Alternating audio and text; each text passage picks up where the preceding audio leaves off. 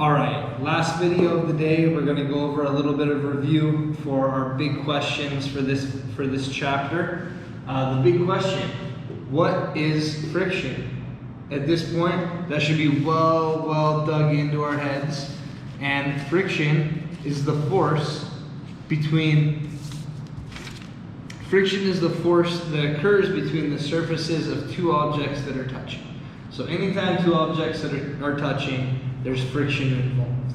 So it could be our hands rubbing together, it could be me sliding a chair across the ground, anything like that, friction is occurring. And what are the cause and effect relationships between different types of surfaces and the amount of friction observed?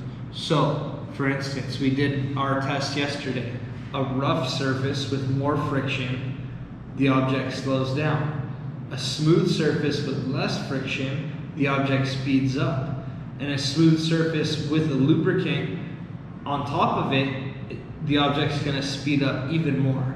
So I put a list over here of 4 surfaces. We have sandpaper, glass, concrete, and ice.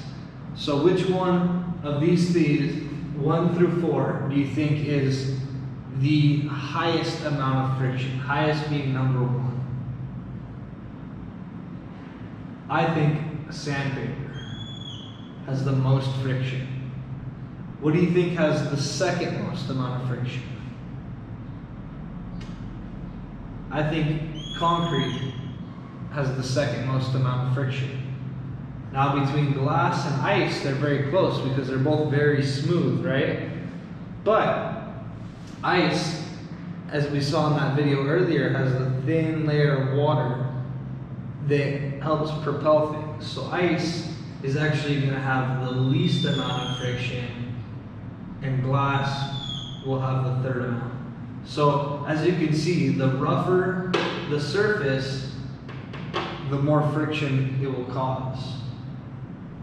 The more slippery or lubricated the surface, the less friction there is. So just remember, friction is anytime two objects rub against each other, and lubrication or a lubricant can help to reduce the friction caused. So if I try to run as fast as I can in my shoes and slide on the ground, I'm not going to go very far. But if I covered the ground in dish soap and I ran and I slid, I could probably slide for 20-30 meters, just keep going right out the door all the way home. So that's the big lesson on friction.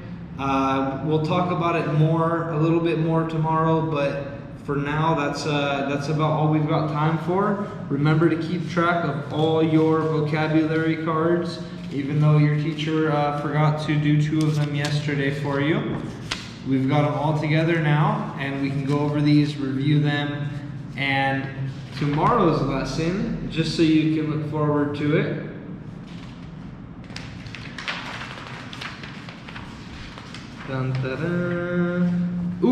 predicting patterns of motion. So we get to predict which direction something's going to go based off the opposing force.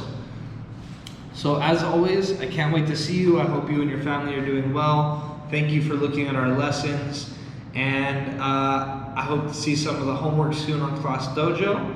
If you have any questions, you can go to the message tab and just type a message to me asking any questions about the lesson. So I hope to see you soon. I hope you're doing well. Have a great day, and I'll see you soon.